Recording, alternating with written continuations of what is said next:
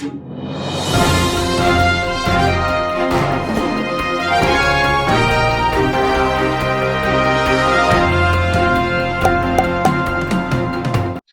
साहब मानवता में दुनिया के सभी दर्शकों का एक बार फिर से स्वागत है। मैं हूं गौतम राड़े सागर, आपके सामने उपस्थित हूं लेकर के कार्यक्रम आईना सच का। वाया साहब मानवता पूरी तरह से प्रतिबद्ध है, कटिबद्ध है, प्रतिबद्धता पूर्ण कर्मठता प्रदर्शित करता है तीन चीज दिखाने के लिए, तीन के लिए लड़ने की, तीन के लिए लड़ता है और तीन चीज दिखाता है।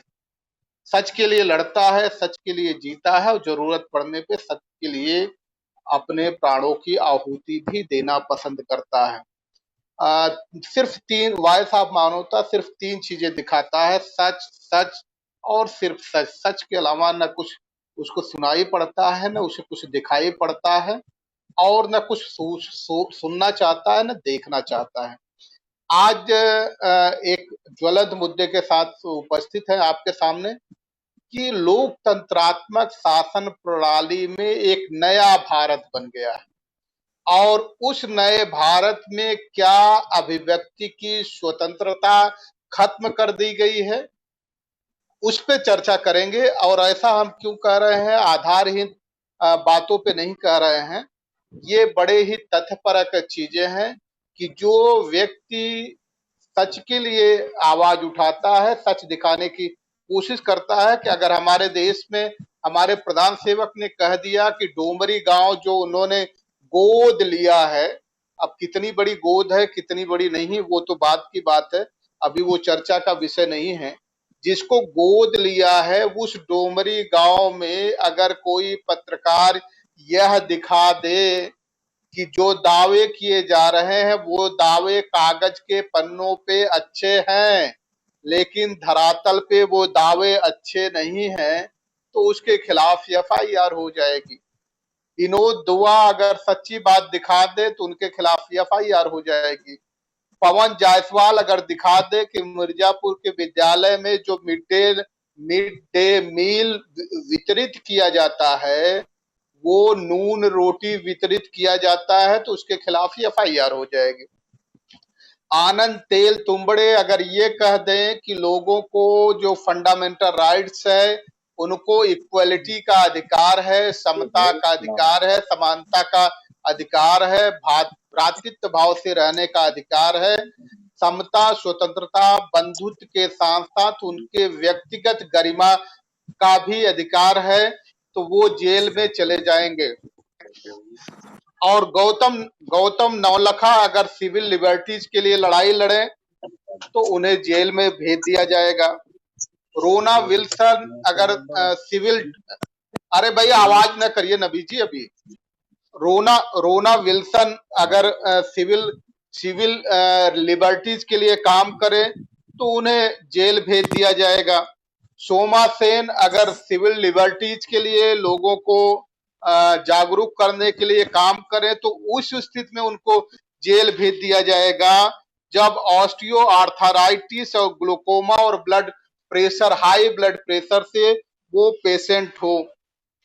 पी वरवरा राव को जेल इसलिए भेज दिया जाएगा कि पी वरवरा राव को 80 साल की उम्र में उनसे क्रांति बहुत हो जाती है, वो खूनी क्रांति करने लगते हैं, देश को भड़काने लगते हैं।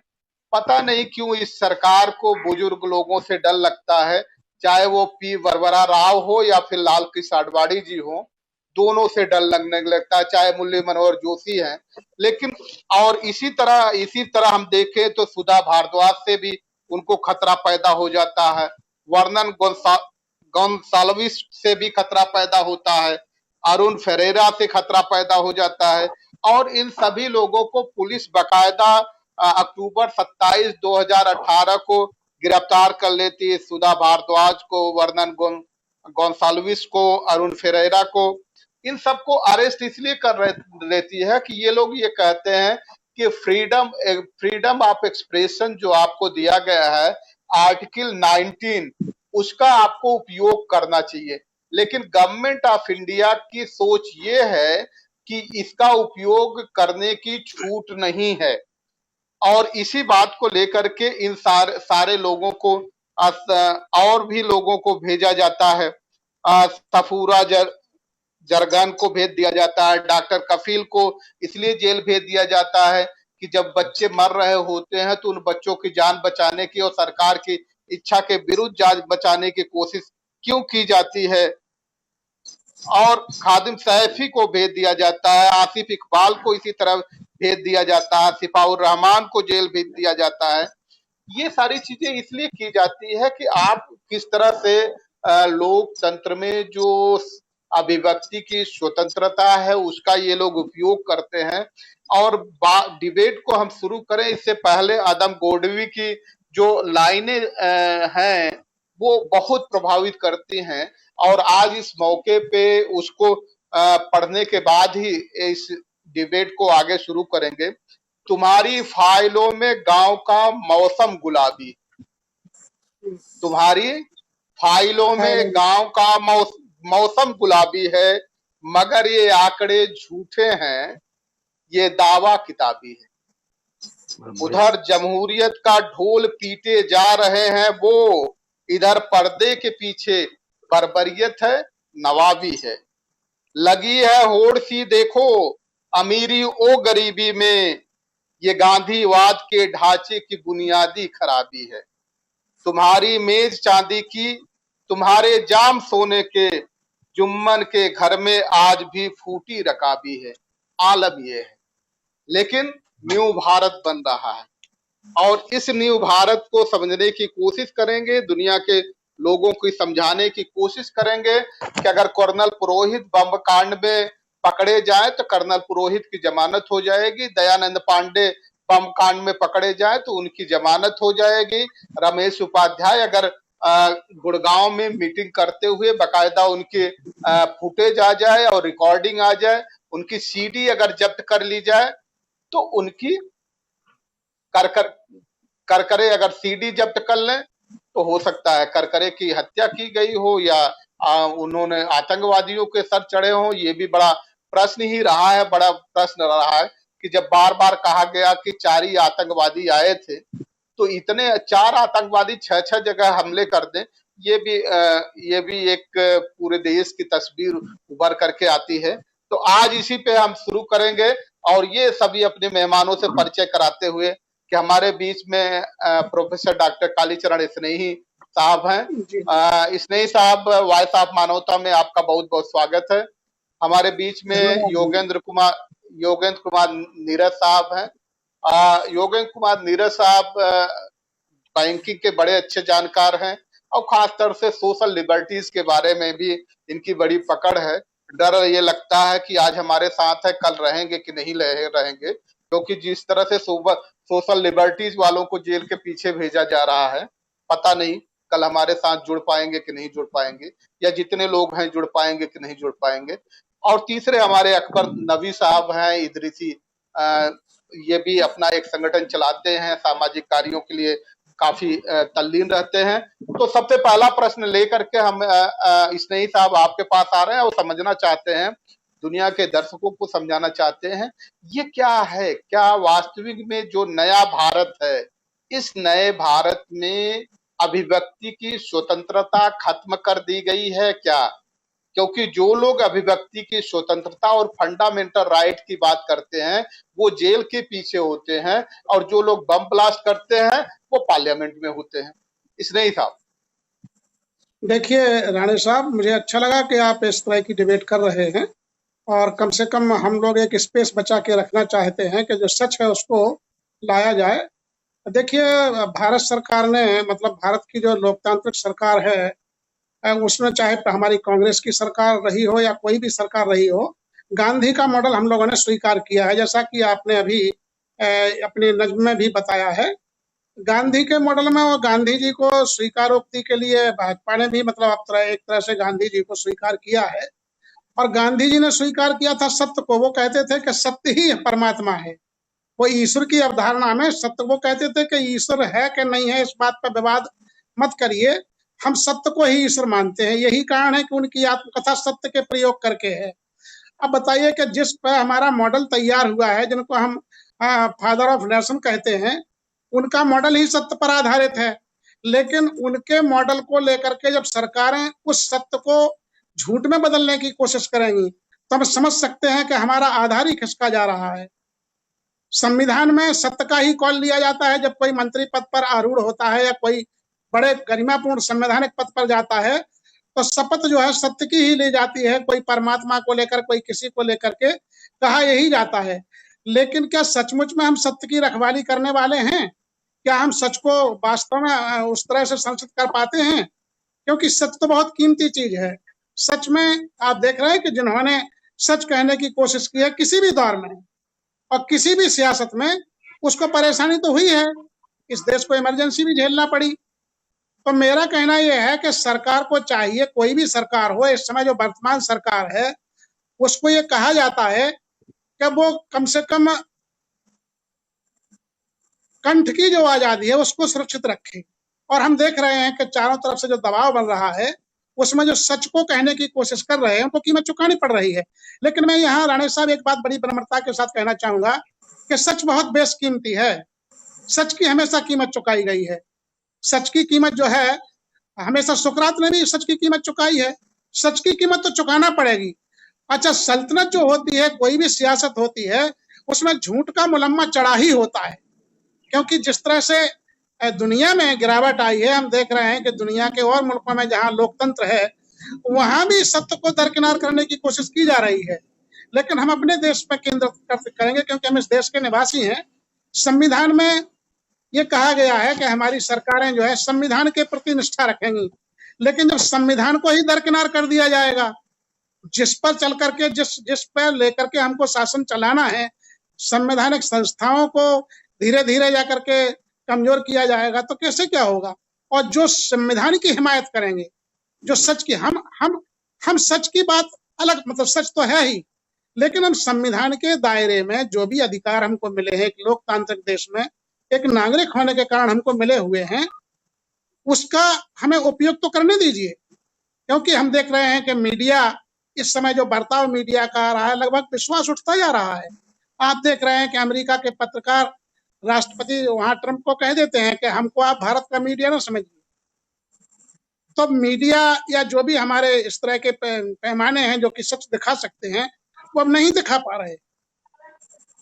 तो ये हमको जी जी कोशिश करनी चाहिए। जी जी जी हम फिर योगेश जी आपके पास आ रहे हैं और ये समझने की कोशिश कर रहे हैं, क्या पी वरवरा राव जो 80 साल की जिनकी उम्र है और उम्र के इस पड़ाव पे जाने कितनी व्याधियों से वो घिरे हैं, 80 साल की उम्र का व्यक्ति कितना खतरनाक हो सकता है कि आज उसे जेल के शिक्षों के पीछे है। क्यों है?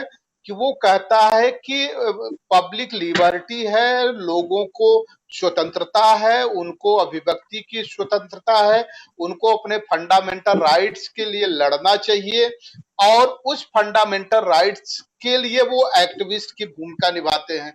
तो क्या ये संविधान के अनुकूल प्रतिकूल लगता है क्या? जबकि संविधान अगर पढ़ा जाए तो ये पूरा अनुकूल है। अगर ये संविधान के अनुकूल है तो संविधान के अनुकूल काम करने वालों को सरकार जेल में क्यों भेज रही है? राणे साहब, भारतीय लोकतंत्र में संविधान के अंतर्गत प्रदत्त अधिकारों में से एक अधिकार यह है कि व्यक्ति की बोलने की आजादी है। आपने देखा होगा एक सबसे भीषण कांड जो कि दुनिया में चर्चित रहा, वो था गौरी लंकेश का, जिससे गालियां भी दी गई, बेइज्जत भी किया गया और सच का गला घोटने के लिए ये सच अभिव्यक्ति की आजादी का ही प्रमुख पहलू है। जहां तक अन्य लोगों की बात है वो दृष्टांत में नहीं लाना चाहता, लेकिन वर्तमान सरकार में जो कॉन्स्टिट्यूशनल प्रदत्त अधिकार हैं उन अधिकारों के हनन में ये प्रवीण है।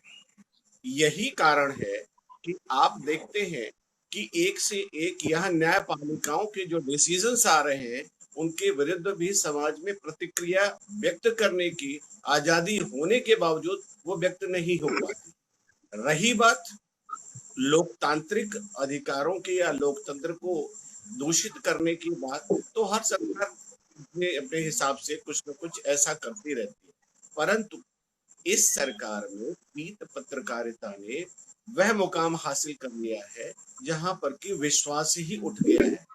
हमारे अभिव्यक्ति का सबसे बड़ा माध्यम होता है मीडिया, और मीडिया के तहत जो भी व्यक्तित्व सामने आता है या जो भी कुछ कहना होता है, वो सामान्यतः जो समाज कहता है वो सरकार के विरुद्ध, क्योंकि सरकार ही नियंत्रण होती है पूरे राष्ट्र की।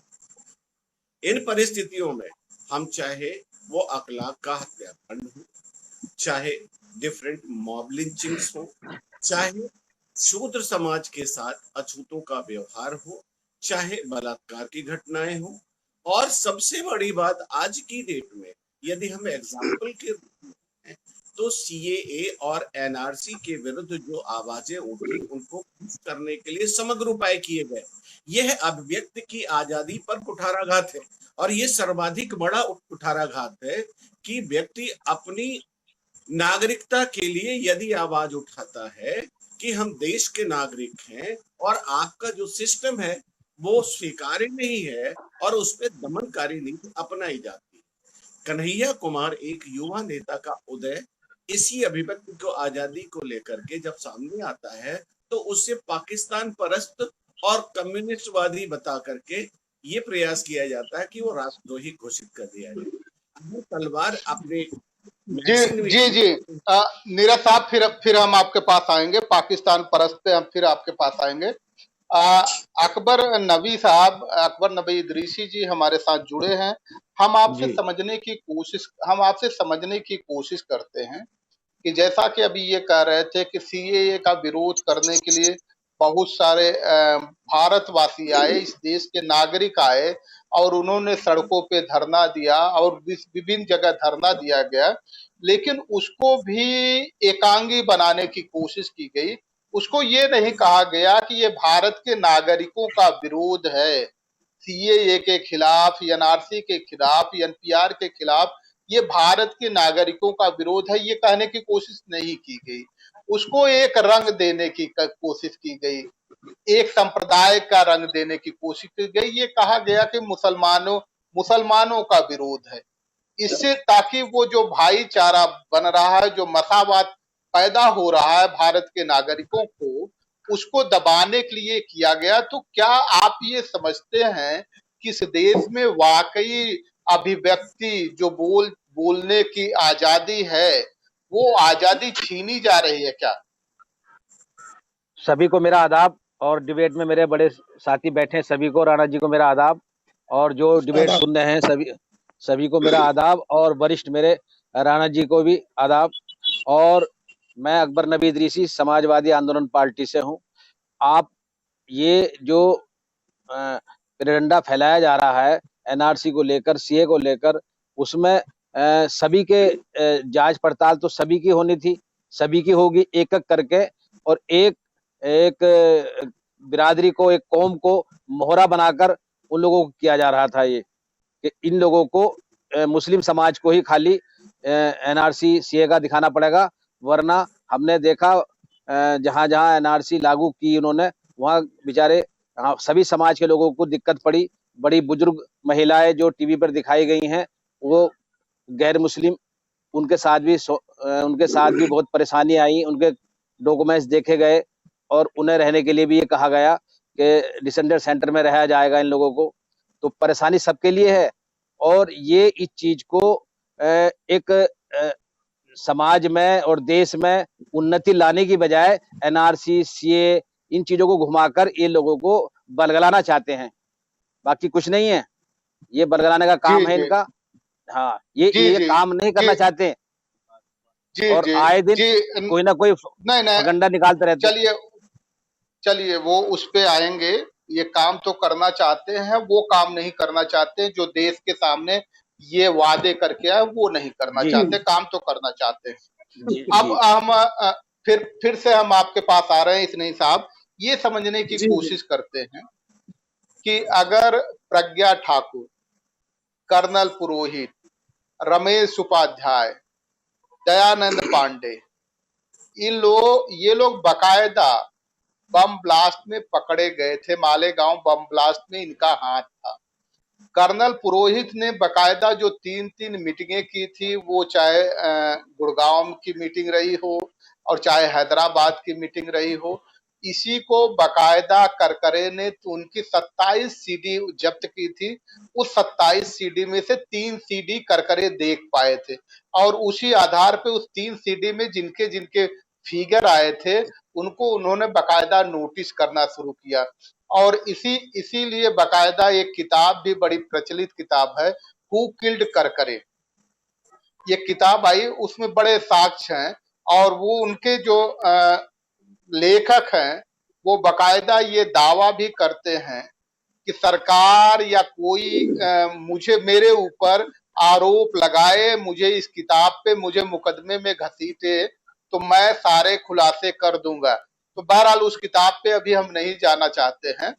ये जरूर जाना चाहते हैं कि जो साक्ष्य आए हैं उस साक्ष्य में दयानंद पांडे को भी जेल हुई, बम ब्लास्ट कांड में देशद्रोह में जेल गए, कर्नल पुरोहित भी जेल गए, प्रज्ञा ठाकुर भी जेल गई और रमेश उपाध्याय भी जेल गए। बहुत सारे लोग इस तरह से जेल गए।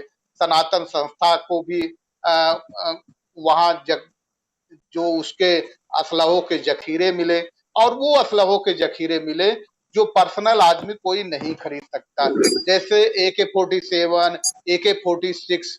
उन लोगों को तो जमानत मिल गई, लेकिन जो किताब पढ़ रहे हैं उनको जेल के पीछे इसलिए डाला जा रहा है और पुलिस वाले उनसे बकायदा ये पूछ रहे हैं कि आखिर ये बताओ इतना ज्यादा पढ़ते क्यों, इतना ज्यादा पढ़ करके क्या करते हो। तो हम ये समझना चाहते हैं, क्या जो बंदूक की धार से क्या ज्ञान की धार ज्यादा तेज है क्या? नहीं, बिल्कुल है। और जिस पे जी बिल्कुल नहीं। देखिए, असल में ये है कि ज्ञान विज्ञान ही महत्वपूर्ण है। हम देख रहे हैं कोरोना संकट में विज्ञान ही काम आ रहा है। तो हमारे पास जो नॉलेज है, इस समय दुनिया नॉलेजेबल हुई है, तो सरकारों को डर होता है ज्ञान से और उसके लिए वो अज्ञान को गढ़ते हैं, अंधविश्वास को परोसते हैं। इसीलिए आप देख रहे हैं कि देश में विश्वविद्यालय जो हैं उनको डैमेज किया जा रहा है। विश्वविद्यालयों में नियुक्तियां नहीं हो रही हैं तो भाई भतीजेबाद के तहत हो रही हैं। एक विशेष जो उसके लोग हैं, मैथोलॉजी के लोग हैं, विचारधारा के लोग हैं, उनको जानबूझ करके सब जगह बिठाया जा रहा है। तो सचमुच में एक हमारे साथी ने कहा था कि भारत का समाज ज्ञान विरोधी समाज, इसको ज्ञान नहीं चाहिए, इसको अंधकार चाहिए, कूपमंडूकता चाहिए, पाखंड चाहिए, इस जिससे कि जहालत बनी रहेगी। भाई ये देखिए, अब सरकार कई मौकों पर कहती है कि जहां कीचड़ होगा वहीं कमल खिलेगा। तो सारे देश में कीचड़ ही तो फैला रखा है, अज्ञान का कीचड़। क्योंकि कीचड़ के लिए वो कहते हैं कि भाई उसको वो प्रतीक रूप में देखते हैं, कहते हैं भाई कि जो जितना कीचड़ फैलाओगे उतना ही कमल खिलेगा। तो कीचड़ को हम साफ करना चाहते हैं, लेकिन चूंकि कीचड़ चाहिए, सत्ता को कीचड़ चाहिए, कोई भी सत्ता हो लगभग कीचड़ फैलाती है जिसमें के उसमें सब खपे रहें। तो ये है, हम लोगों को देखना चाहिए कि खासकर पत्रकार, साहित्यकार हैं, जो साइंटिस्ट हैं, इन सबको सच तो कहना पड़ेगा, क्योंकि ये देश के बहुत बड़े किरदार होते हैं। सरकार या देश जो है, देश केवल राजनीतिक दल नहीं होते हैं, देश केवल कोई सत्ताधारी पार्टी या विपक्षी पार्टी नहीं होती है। हम देख रहे हैं कि संवैधानिक तौर पर विपक्ष का दर्जा इस समय नहीं है। तब विपक्ष की भूमिका में कौन आएगा? संविधान की रक्षा के लिए कौन आएगा? हम देख रहे हैं न्याय व्यवस्था पर भी प्रश्न उठाए जा रहे हैं। माने भरोसा लगातार इस संस्थाओं से हमारा उठता जा रहा है, तो हम लोकतंत्र को कहां ले जा रहे हैं? आज जो है अध्यापक को सच कहना चाहिए, साहित्यकार को सच कहना चाहिए। मैं तो धन्यवाद देता हूं कि कम से कम उर्दू के तमाम शायर अपनी अच्छी शायरी के द्वारा हमेशा, कोई भी सरकार रही हो, वो आगाह करते रहते हैं, सच को लाते हैं। लेकिन मुझे हिंदी पट्टी में ऐसा कोई साहित्यकार भी नहीं दिखता। नामी ग्रामी पत्र साहित्यकार हैं, वो अपनी भूमिका का निर्वाह नहीं कर रहे हैं, वो भी पके हुए हैं। ये बहुत बड़ी बात है, क्योंकि देखिए, हम देखते हैं कि जितना भी कंठ की आजादी के जो मुकदमे चले हैं, जो जेल गए हैं, वो अधिकांश दक्षिण भारत के लोग हैं, महाराष्ट्र के लोग हैं, कर्नाटक के लोग हैं। क्या वजह है कि भारत से कोई भी, माने उत्तर भारत से, ना बिहार से, ना उत्तर प्रदेश से, ना राजस्थान से, ना मध्य प्रदेश से, यहाँ से कोई साहित्यकार गिरफ्तार नहीं हुआ, यहाँ से कोई बड़ा पत्रकार। अब चूंकि थोड़े थोड़े लोगों के नाम आ रहे हैं, मैं ये नहीं कह रहा हूं, मैंने मतलब कह रहा हूं कि सच को ये ढांक मूंद करके कहने की कोशिश कर रहे हैं, जबकि सच को कितना ही ढकिए, सच तो सच है, वो आएगा, दुनिया के सामने आएगा। अब हम देखते हैं कि खासकर हत्याओं के मामले में कहा जाता है, पुलिस कहती है कि जो हत्यारा है वो कोई ना कोई सुराग छोड़ देता है और अंत में पकड़ा जाता है। अभी आप देखिए देवेंद्र जी, देवेंद्र को जो है मिल गई है जमानत। मतलब हम ये देख, अच्छा ये अब ये सोशल मीडिया का जमाना है, फेसबुक है, ट्विटर है, तमाम प्रकार के इस तरह के हैं जो सरकार के नियंत्रण से बाहर है। यद्यपि सरकार इनको भी किसी ना किसी तरह से नियंत्रित करने की कोशिश करती है, लेकिन फिर भी बातें तो आ ही रही हैं पब्लिक डोमेन में। तो अब ये बात देखिए, अभी मतलब जितने भी मसले हुए हैं, आपने जो भी नाम गिनाए हैं, सब पब्लिक डोमेन में है, लेकिन इनको बराबर हमको कहते रहना पड़ेगा। यदि नहीं कहेंगे, जिस तरह से जैसे कहा जाता है कि एक झूठ को 1000 बार कहो तो सच हो जाता है, सच को तो केवल एक बार ही कहना है, और सच को कहने जी नहीं जी देते हैं, क्योंकि उसी सच को तो ढकने की कोशिश होती है। तो जी जी पत्रकारों को, हम लोगों को चाहिए, यद्यपि सरकार मुसीबत पैदा करेगी, साहित्यकारों को अकादमियां बनी हुई हैं, पुरस्कार देकर के पुरस्कृत कर देती है, उनको तमगे दे देती है। ये तमाम प्रकार के जो सरकारी अलंकरण है, पद्म अलंकरण है, ये किनको मिल, हम लोगों को अच्छी तरह से पता है। तो ये सब हम लोगों को देखिए, इतिहास में ये चीज दर्ज होगी कि जब देश संकट में था, किसी भी दौर में, कोई भी देश, तब हमारा किरदार क्या था, हम किस रोल में थे, हमारी अहमियत क्या थी। क्योंकि चुप रहना या तटस्थ रहना ये भी बहुत बड़ा अपराध है। तो रिस्क लेकर के तो करना पड़ेगा ये। और मुझे खुशी है कि इस देश में रिस्क लिया है, लोगों ने इमरजेंसी में रिस्क लिया है, अखबारों ने उस समय अच्छी भूमिका निभाई है, लेकिन मैं समझ नहीं पा रहा हूं कि इस समय संविधान स्थगित नहीं है, इमरजेंसी में तो संविधान स्थगित था, इसके बावजूद भी अखबार अपने काले पृष्ठ छोड़ करके या संपादकीय को रिक्त छोड़ करके अपना विरोध दर्ज करा रहे थे। इस समय क्या हो गया है, मतलब एक तरह से जातीयता का नंगा नाच हो रहा है। मनुवादी जो रामराज्य की कल्पना कर रहे हैं, उनका एजेंडा ही है। अब देखिए, एक और रामराज सम्राट शाही का मतलब जो है तकाजा जी है। जी जी जी आ रहे हैं आ रहे हैं आ रहे हैं आ रहे हैं, इसलिए से आप फिर हम आपको थैंक यू। हम फिर हाँ, आप फिर लौट के आ रहे हैं। योगेंद्र जी आपके पास आ रहे हैं और समझने की कोशिश कर रहे हैं, रिस्क लेना चाहिए, रिस्क ही तो ले रही है सरकार। सफूरा जरगर अगर वो 4 महीने की प्रेग्नेंट है तो जामिया मिलिया इस्लामिया यूनिवर्सिटी में पढ़ेगी, तो वो उसका दोष है। लेकिन देवेंद्र सिंह एक आतंकवादी, जिस पाकिस्तान को पानी पी पी करके आप गाली देते हैं, उस पाकिस्तान आतंकवादी को वो ले करके आता है, तो उसको छुड़वाया जा रहा है। ये रिस्क नहीं तो और क्या है? सरकार तो रिस्क ले रही, लेकिन ये पब्लिक कब रिस्क लेगी? योगेंद्र जी। राणे साहब, दृष्टांत बहुत अच्छे हैं, मैं राही साहब की बात से पूर्णतः सहमत हूँ। रही बात आपका जो टॉपिक आज का है, अभिव्यक्ति की आजादी इस देश में अब कितनी रह गई है? वस्तुतः 2 धाराएं चल रही हैं। एक धारा जो राष्ट्रीय क्षितिज पर अपनी भूमिका निभा रही है वो है सरकार परस्त, और दूसरी जो इसके विपरीत समानांतर धारा है वो है समाज की। समाज जो दिखाया जा रहा है वो असत्य को सत्य करने का एक मौलिक अधिकार के रूप में उन्होंने परोस दिया है मीडिया। आप जो भी ये प्रश्न लेकर के आते हैं कि अभिव्यक्ति की आजादी के लिए कुठाराघात हो रहा है या यहाँ पे उनके साथ जाति हो रही है, सरकार क्या कर रही है, तो मैं ये बता दूं कि सरकार का प्रमुख एजेंडा ही है कि इस लोकतंत्र का गला घोट दो। कैसे? वो इस तरह आपके सामने कुछ निर्णय सुप्रीम कोर्ट आए हैं जो देश में जितना भी समाज है, हमारा भारतीय समाज है, वो देखता है नेकेड आई से कि ये गलत है, लेकिन उस अभिव्यक्ति की आजादी के अंतर्गत गलत परोश करके जो सरकार परस्त मीडिया है वो ये सिद्ध करने की कोशिश करता है कि वास्तविक सत्यता ये है, और उसी के अनुसार उसके निर्णय आ जाते हैं। इलेक्शन कमीशन के अगेंस्ट में वॉइस उठती है, पूरे देश में प्रदर्शन होते हैं कि इलेक्शन कमीशन की वर्किंग प्रणाली जो है ठीक नहीं है। इससे जो है ईवीएम स्कैम की बात सामने आती है। ईवीएम हजारों लाखों की संख्या में चोरी होते हैं, पकड़े जाते हैं, कोर्ट में मुकदमा होता है, सुप्रीम कोर्ट ऑर्डर्स देती है, और प्रतिक्रिया जब होती है तो जो अगर सड़क पर निकलते हैं तो उन्हें भय दिखा जाता है, चाहे वो शांतिपूर्वक मार्च करें, कि आपको यह करने का अधिकार है, लेकिन सड़क पे बाधित करने का अधिकार नहीं किसी को। जबकि ये स्वतः सिद्ध है, चाहे वो पार्लियामेंट के सामने हो, चाहे वो चांदनी चौक में हो, चाहे कैलकाटा के बहु बाजार में हो, चाहे वो बॉम्बे में हो, हर जगह जब भीड़ इकट्ठी होगी तो बाधित तो होगा ही। और अभिव्यक्ति की आजादी में आवाज उठाने के नित नए तरीकों को कुचलने का जो प्रयास वो सरकार की है। हाँ, इसमें हम भारतीयों का भी दोष है।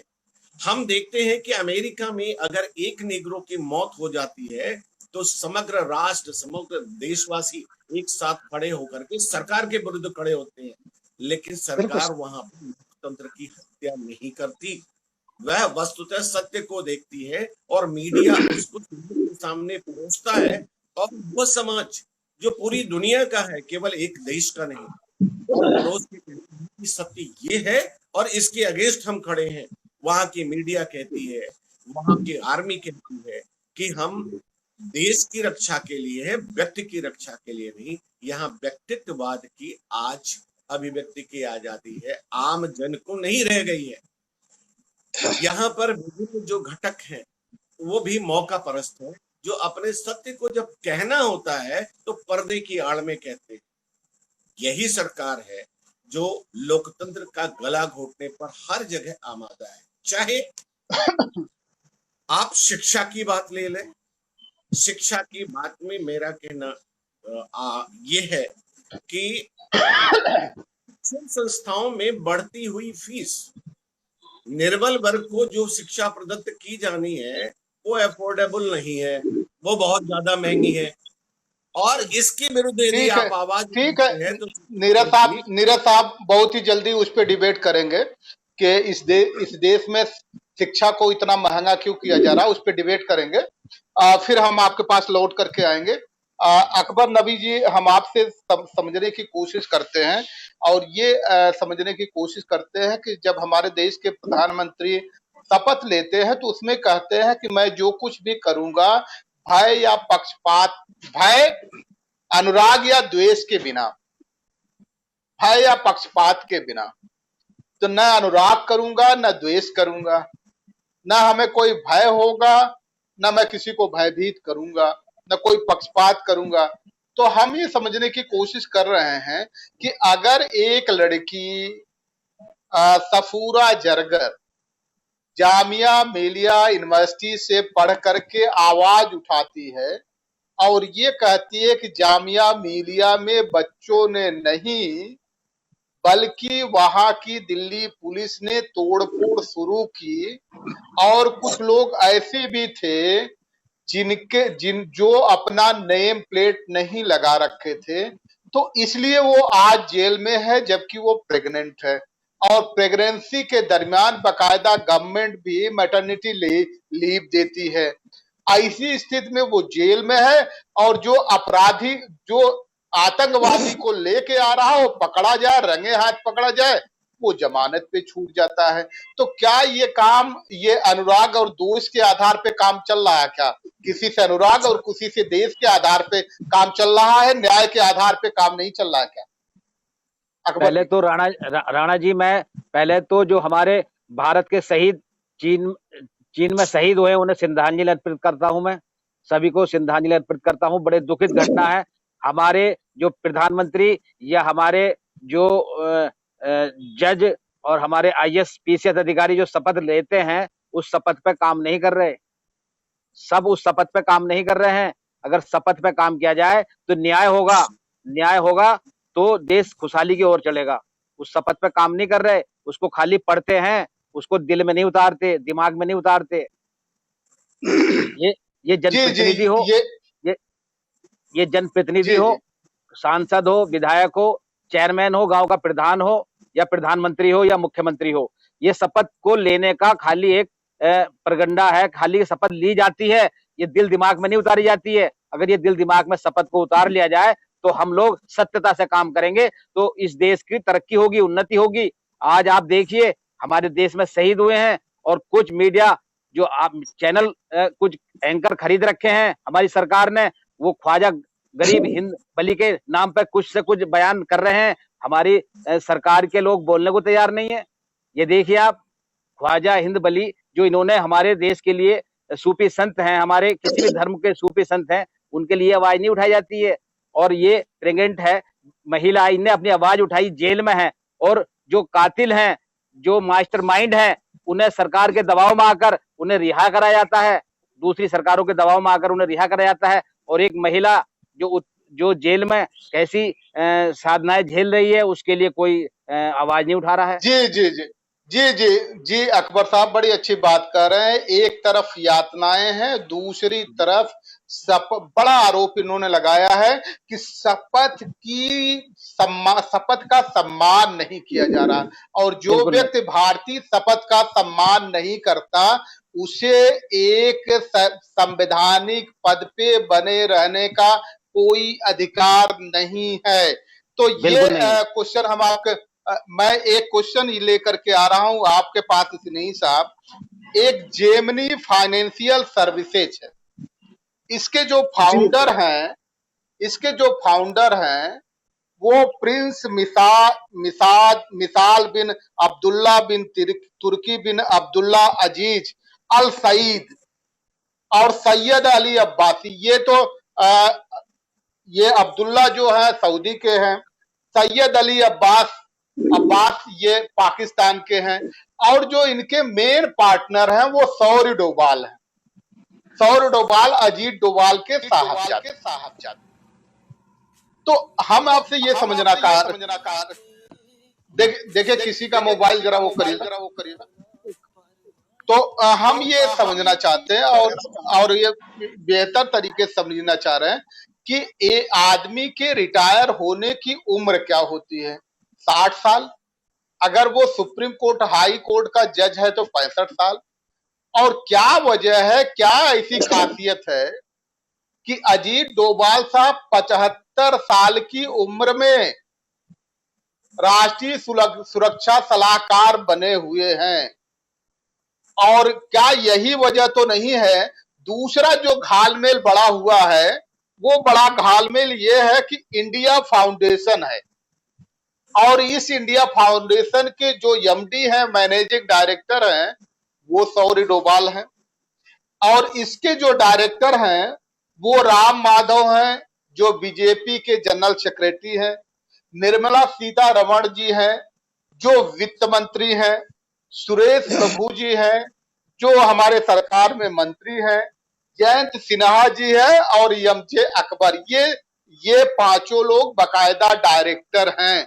तो क्या अजीत डोभाल जी की खासियत ये है कि वो पाकिस्तान में उनका बेटा बैठ करके जो व्यवसाय कर रहा है, ये खासियत है क्या कि पाकिस्तान से संबंध उनके बड़े मधुर हैं, और पाकिस्तान से संबंध मधुर होने के नाते जब चाहे तब पाकिस्तान को गाली दे करके, और जब चाहे इस देश में पाकिस्तान द्वारा प्रायोजित आतंकवाद के नाम पे इस देश में तहस नहस कराए जाने की उनकी काबिलियत है क्या? और ये अगर नहीं है तो क्या ये काम अभिव्यक्ति इस बात को इसलिए उठा रहे हैं कि अभिव्यक्ति की आजादी अभी हम समझ रहे हैं, सरकार न समझे अलग बात है।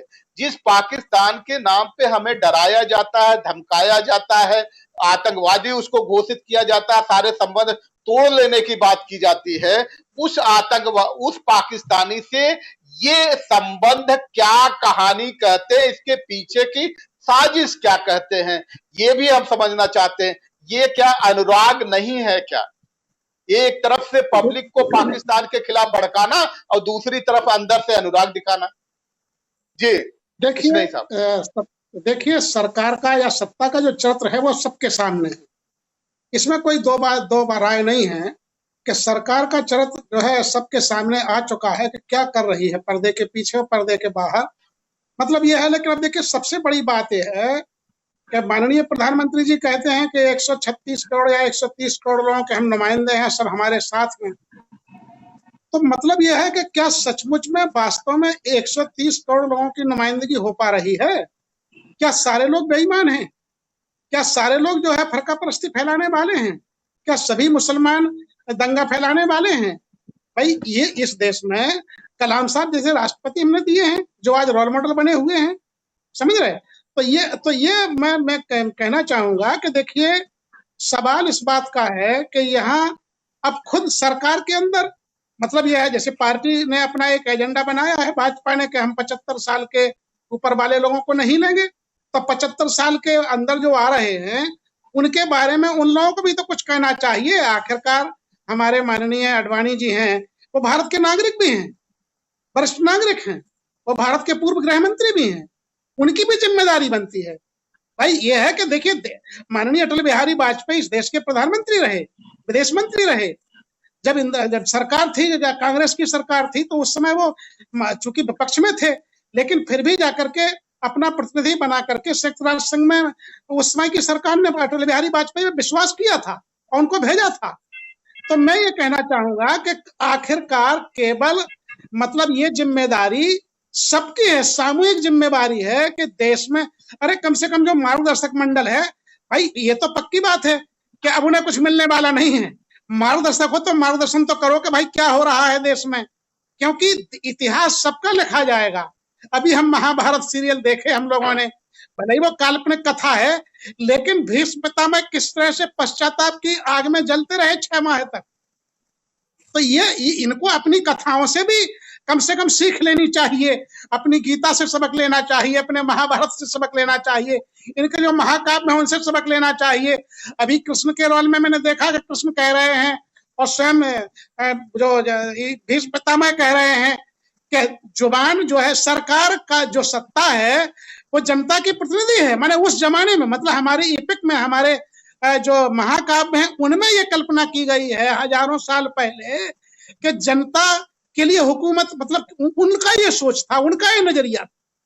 मुगल सल्तनत में भी कुछ लोकप्रिय, हमारे मुगल सल्तनत में भी वो हुए हैं, अकबर को ग्रेट कहा जाता है, तो ऐसे ही ग्रेट नहीं कहा जाता है। तो मैं देखता हूं कि माननीय प्रधानमंत्री जी को एक मौका मिला है। देखिए भाजपा की सरकार है, वो बात सही है, लेकिन भाजपा की सरकार का नेतृत्व माननीय प्रधानमंत्री जी कर रहे हैं, मोदी जी कर रहे हैं।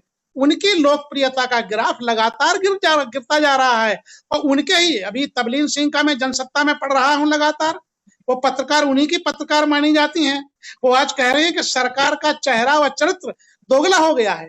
अभी इसी रविवार का मैंने कल का पढ़ी आप जनसत्ता में, तबलीन सिंह जो है बड़ी प्रसिद्ध पत्रकार है, महिला पत्रकार हैं, वो साफ मतलब, तो ये मैं कह रहा हूं कि भाई कम से कम सरकार को और प्रधानमंत्री जी को एक बड़ी जमहूरियत में आपको एक मौका दिया है जनता ने।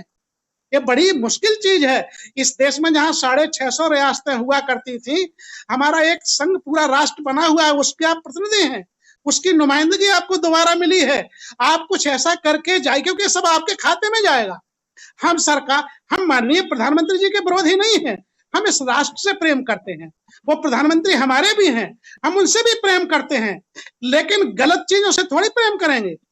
क्योंकि गलत चीज मतलब कोई अपने बाप भी किसी तरह की कोई गलत काम करता है तो संतान उसका साथ नहीं देती है, और यही सरकार बाप भी जो देखता है कि तो मैं ये कहूंगा कि सरकार को, खासकर मोदी जी को गार्जियन की भूमिका में आना चाहिए। वो देखिए छोटी छोटी घटनाओं पर नजर रखते हैं।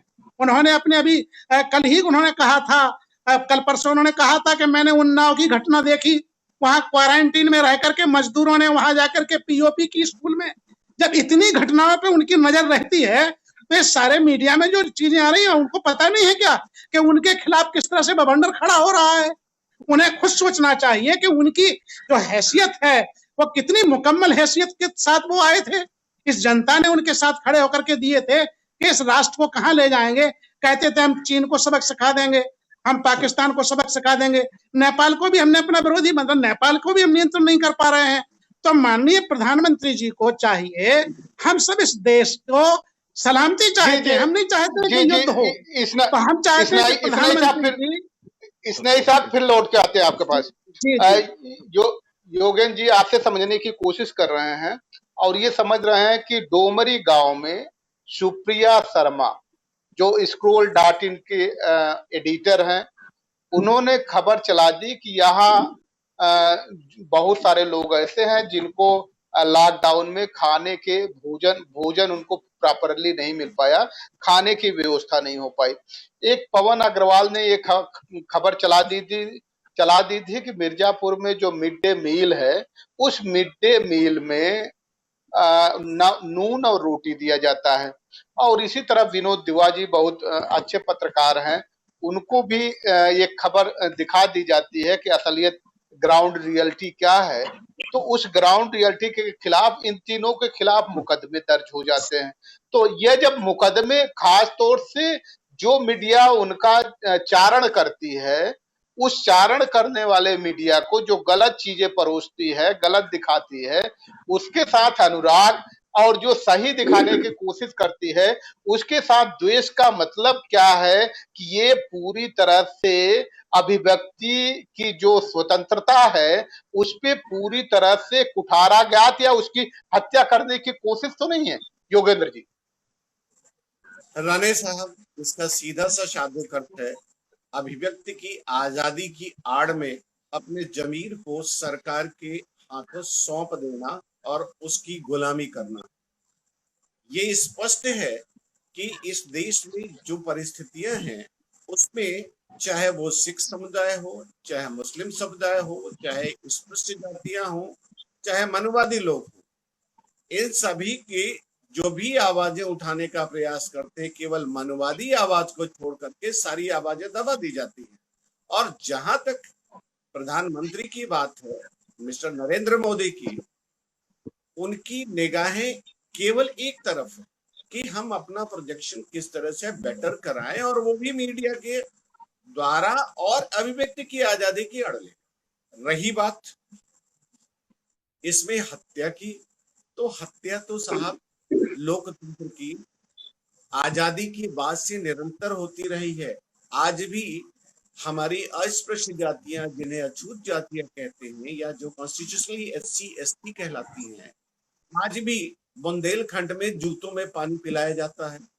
आज भी उनके साथ अछूतों का व्यवहार करते हुए थाने में रिपोर्ट नहीं लिखी जाती। आज भी उनकी बच्चियों के साथ बलात्कार होते हैं। राष्ट्रीय आंकड़े कहते हैं कि ये हर 15 मिनट में 10-12 हत्या और बलात्कार के केस होते हैं।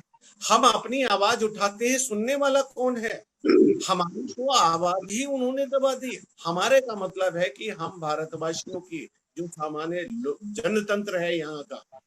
दूसरी तरफ उन्होंने आने के साथ बहुत सारी बात कही थी। नरेंद्र मोदी ने बहुत सारी बातें कही थी, देश को एक रखूंगा, हिंदू मुस्लिम एकता रहेगी, मैं इस देश को ऊंचाइयों पे ले जाऊंगा, मैं 500 बिलियन की जो है 5000 बिलियन की जो है कंट्री बना दूंगा। आप देखें तो सही, आज आप अपनी आवाज उठाने की कोशिश करते हैं तो उनकी मनवादी पार्टी के लोग आकर के एक फिल्म के अगेंस्ट में पूरे शहर को जला देते हैं, कोई मुकदमा दर्ज नहीं होता। आप अगर 2 अप्रैल को आरक्षण के विरोध में आवाज उठाते हैं, SC ST एक्ट के विरोध में आवाज उठाते हैं, तो आपको जेल में बंद कर दिया जाता है। इसका ताजा उदाहरण है आपके सामने विनोद दुआ जैसे वरिष्ठ पत्रकार, तलवार जैसे जिसकी तहलका मैगजीन को ही बंद करना पड़ा। इसके अलावा बर्निंग टॉपिक्स में है रवीश कुमार जी, वाजपेयी, ये सारे मुकदमे झेल रहे हैं। और ये मुकदमा इसलिए झेल रहे हैं कि उन्होंने जनमानस की आवाज को एक मुकम्मल दिशा देने का प्रयास किया। वही योगेंद्र जी लौट के आ रहे हैं। मुकम्मल दिशा देने की कोशिश की है इन पत्रकारों ने, और यही वजह है कि मुकम्मल दिशा जो भी देने की कोशिश करेगा उसके खिलाफ मुकदमे होंगे, और जो दिशा को दशाहीन बना देगा, दृष्टिहीन बना देगा, उसके साथ अनुराग होगा, उसको गोद में पाला जाएगा, दूध पिलाया जाएगा, उसको पूरी तरह से परवरिश की जाएगी। यही हो रहा। तो अंत में आपसे समझना चाहते हैं अकबर नबी साहब, आप ये बताइए कि जो कुछ ये हो रहा है, ये देश के नागरिकों, किसी मुस्लिम के खिलाफ नहीं हो रहा, किसी दलित और पिछड़े के खिलाफ नहीं हो रहा, ये देश के नागरिकों के खिलाफ हो रहा है। ये फेडरल स्ट्रक्चर है, राज्यों का एक संघ है, विभिन्न संप्रदाय का एक संगठन है, विभिन्न तरह के जो ट्रेडिशन है उसका एक संगठन है, एक यूनियन है। ऐसी स्थिति में सबको संभाले रखना और एक के साथ जो गलत कर रहा उसके साथ अनुराग, और जो सही रास्ते पे जाने की कोशिश कर रहा उसके साथ द्वेष, सरकार के अस्तित्व को, सरकार के चरित्र को कटघरे में खड़ा करता है। इसलिए सरकार को ये चाहिए कि नया भारत बनाइए, नया भारत आपका स्वागत करता है, लेकिन अभिव्यक्ति पे कभी पाबंदी नहीं लगनी चाहिए। तो आपसे हम समझना चाहते हैं, क्या अभिव्यक्ति पे पाबंदी जो लग रही है उसको आप उचित मानते हैं क्या? मैं सरासर इसको गलत मानता हूं और इसका विरोध करता हूं और करता रहूंगा। दूसरा, जो वोटर सुबह से शाम तक लाइन में लगता है अपना जनप्रतिनिधि चुनने के लिए, और वो 5 साल ये पछताता है कि मैंने किस जगह वोट किया। जनप्रतिनिधि चुनने के बाद 5 साल वो तंग परेशान रहता है। मैं एक तो ईवीएम का विरोध करता हूं। ईवीएम से कोई वोटिंग नहीं होनी चाहिए। वोटिंग हो तो बैलेट पेपर्स हो, इसका मैं विरोध करूंगा ईवीएम का। ईवीएम से होने के लिए ये घोटाले करते रहेंगे।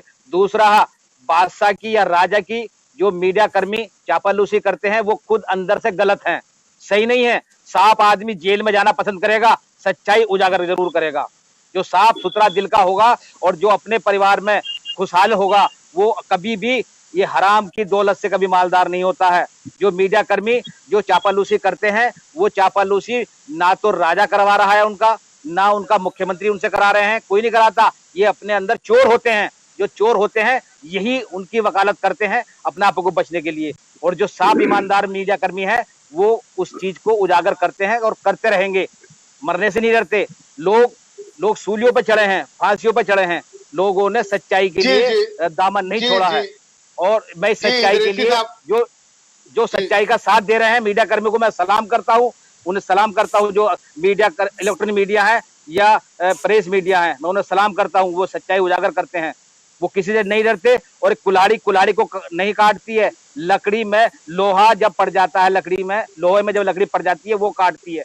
जो चापालूसी करने वाले पत्रकार हैं वो सच्चाई उजागर करने वाले पत्रकारों की शिकायतें करते हैं कि आपके खिलाफ ये छापा जा रहा है, आपके खिलाफ ये हो रहा है। अगर हम लोग, कुछ लोग अगर भ्रष्ट है और सच्चाई छापने वाले सच्चाई छाप रहे हैं तो उन्हें तो सच्चाई छापने दो। जी अकबर, ये नया भारत है, नए भारत को सलाम करते हैं। पुराने भारत में पढ़े लिखे लोगों को, विद्वान लोगों को, ज्ञानवान लोगों को स्थान मिलता था। नए भारत में असलहे चलाने वाले, असलहे उठाने वाले, असलहे बनाने वाले, असलहों को व्यवसाय करने वालों को प्रणाम किया जाता है। ये नए भारत है। न पुराने भारत में अभिव्यक्ति की स्वतंत्रता होती थी। पत्रकार को इतनी ज्यादा स्वतंत्रता नहीं थी, लेकिन इतनी ज्यादा पाबंदियां भी नहीं थी। वो चीजें उठा सकता था, गरीब का दुख दर्द उठा सकता था, मजलूम का दुख दर्द उठा सकता था, और उसको सुना भी जाता था। बाकायदा कार्रवाई होती थी, वो भी छोटे पैमाने पे होती थी। ये जरूर है कि जो लास्ट में परिणाम में बदलते थे वो परिणाम उतने नहीं आ पाते थे।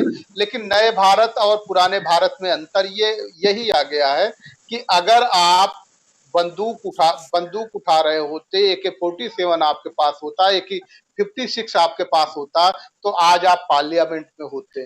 लेकिन आप किताब पढ़ा रहे हैं, लोगों को ज्ञान दे रहे हैं, शिक्षा दे रहे हैं, और शिक्षा दे रहे हैं तो आपकी जगह फिर यूनिवर्सिटी में नहीं है। चाहे आप MBA कॉलेज के प्रोफेसर ही क्यों ना हो, विश्वविख्यात प्रोफेसर क्यों ना हो, ऐसे लोगों को जेल में होना चाहिए। चाहे वो आनंद तेलतुंबड़े हो, चाहे गौतम नवलखा हो, चाहे रोना विल्सन हो, चाहे सोमा सेन हो, या फिर VP वरवरा राव हो, या सुधा भारद्वाज हो, वर्नन गोंसाल्विस हो, अरुण फरेरा हो।